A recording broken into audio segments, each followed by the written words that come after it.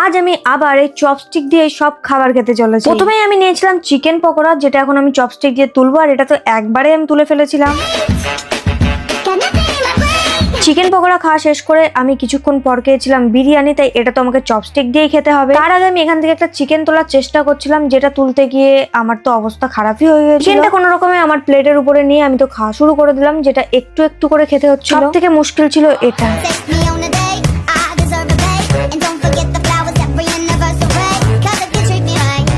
Finally আমি চিকেনটাও খেতে পেরেছিলাম। দেন আমি নিয়েছিলাম ক্যাম্পা, আর এটাও তো আমাকে এখন চপস্টিক দিয়েই খেতে হবে। আর কি চপস্টিক দিয়েই খাওয়া শুরু করে দিলাম ক্যাম্পা।